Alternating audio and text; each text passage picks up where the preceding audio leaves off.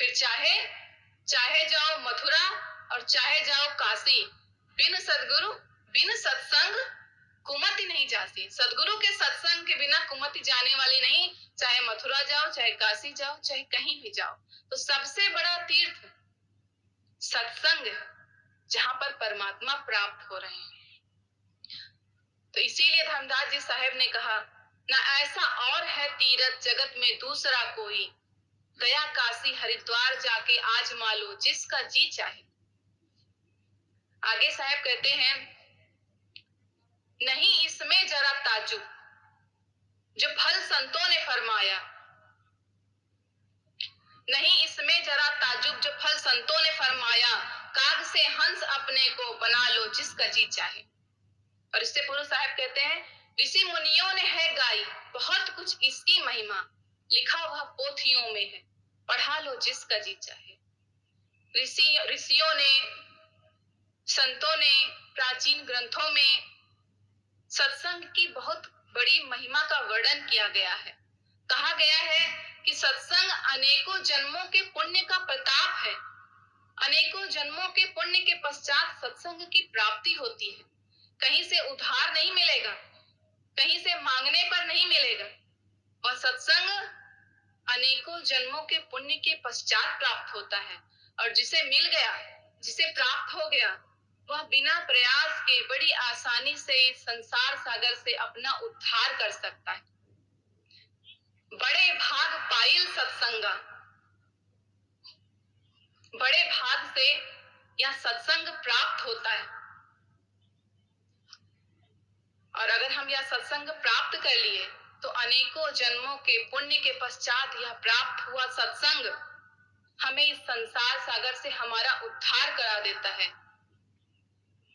बिना भाग पाइल सत्संगा, बिना ही प्रयास होई भवभंगा, पुण्य पिंज बिन मिले न संता, सत्संगति संस्कृति कर अंता। यह सत्संग इस संस्कृति का, इस संसार का अंत है, अंतिम छोर है। तो इस अंतिम छोर को पकड़कर इस संसार से पार हो जाए।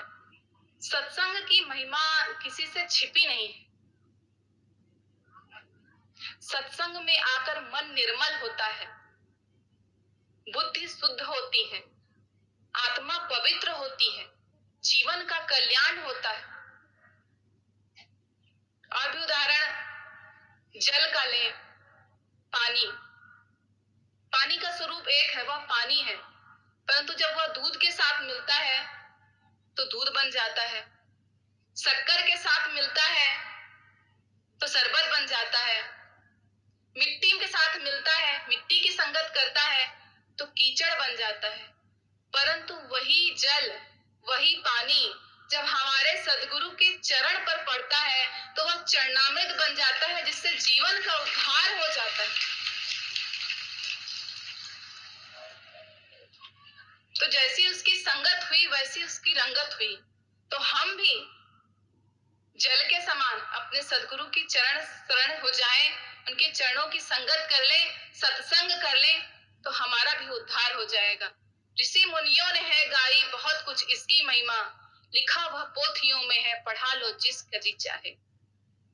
नहीं इसमें जरा ताजुब जो फल संतों ने फरमाया, काग से हंस अपने को बना लो जिसका जी चाहे। इसमें कोई भी आश्चर्य की बात नहीं है कि सत्संग से जीवन में चमत्कार घटित होते हैं। सद्गुरु में वह शक्ति है, वह सामर्थ्य है कि मनुष्य का कंप्लीट ट्रांसफॉर्मेशन कर देते हैं भावना की। तो सद्गुरु में वह शक्ति होती है, वह सामर्थ्य होता है कि वह मनुष्य को पूर्ण रूपांतरित कर सके। काग से हंस अपने को बना लो जिसका जी चाहे, बना देती है। तो सद्गुरु में ही वह शक्ति है कि इस काग रूपी जीव को उस हंस रूपी जीव में पुनः बदल दे, पुनः परिवर्तित कर दे। सद्गुरु में ही वह शक्ति है। साहेब इस काग रूप से निकालकर हंस रूप में हमें परिवर्तित कर दे, हमारे वास्तविक रूप को हमें पुनः लखा दे, दिखा दे, बोध करा दे और पुनः हंस बना दे। संतों के संग का यह प्रभाव है। नहीं इसमें जरा ताजुब जो फल संतों ने फरमाया, संतों ने क्या फल बतलाया, सत्संग का क्या फल है?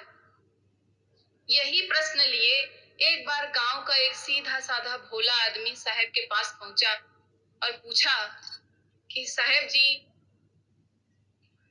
सब बड़े बड़े विद्वान ज्ञानी जन बड़ी बड़ी सभाओं में सत्संग की महिमा का बड़ा गुणगान करते हैं कि सत्संग में बड़ा फल है, बड़ा आनंद है, बड़े गुण हैं इसके।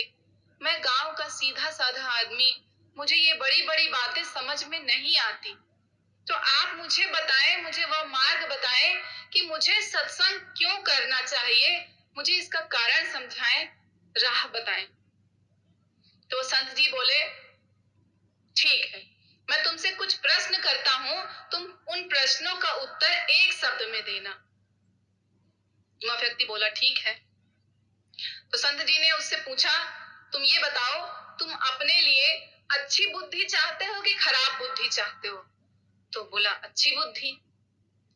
अब ये बताओ कि तुम चाहते हो कि लोग तुम्हारी प्रशंसा करें, यशोगान करें, या तुम्हारे पीठ पीछे तुम्हारी बुराई करें? यशोगान चाहता हूं साहेब। मृत्यु के पश्चात अच्छी गति चाहते हो, अपना कल्याण चाहते हो, या नरक में जाना चाहते हो? अच्छी गति चाहता हूं। धनवान बनना चाहते हो या निर्धन रहना चाहते हो? धनवान बनना चाहता हूं। क्या चाहते हो कि लोग तुम्हारे साथ अच्छा व्यवहार करें या खराब व्यवहार करें तुम्हारे साथ? अच्छा व्यवहार करें साहब, यह चाहता हूं।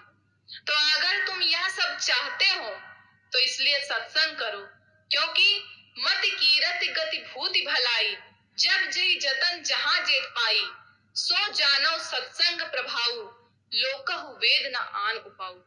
सत्संग से ये सब प्राप्त होंगे, मति कीरति गति भूति भलाई, ये सब सत्संग से प्राप्त होने वाले फल हैं। तो अगर ये फल चाहते हो तो सत्संग करो, और यह फल संतों ने बतलाया है, तो संतों की शरण में जाकर, सत्संग में जाकर इन फल की प्राप्ति करें, जिसका जी चाहे।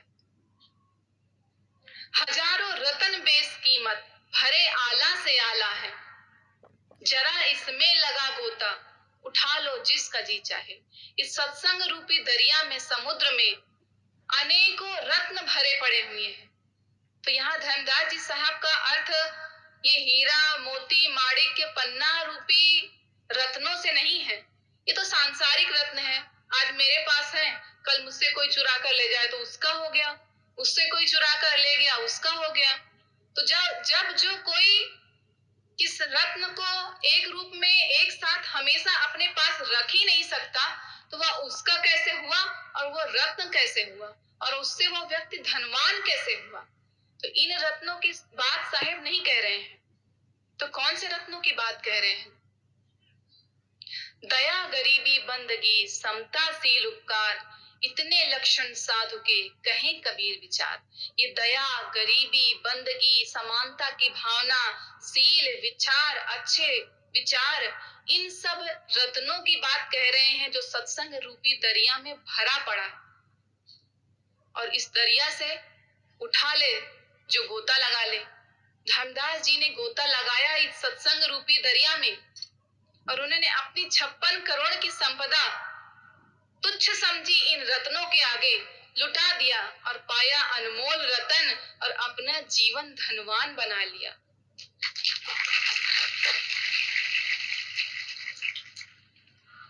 तुलसीदास जी भी इस बात पर कहते हैं, इस विषय पर कहते हैं, तुलसी इस संसार में 5 रतन है सार, संत समागम हरि कथा, दया दीन विचार। ये सारे अनमोल रत्न हैं, इन्हें इस सत्संग रूपी दरिया से उठा लें और अपना जीवन धनवान बना ले, जिसका जी चाहे। अंत में साहब कहते हैं,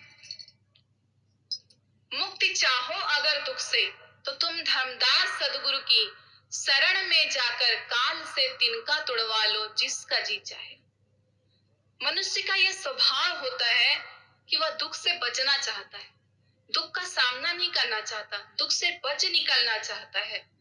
परंतु हम समझे तो कि दुख है क्या, इन सांसारिक दुखों के बारे में साहेब नहीं कह रहे हैं।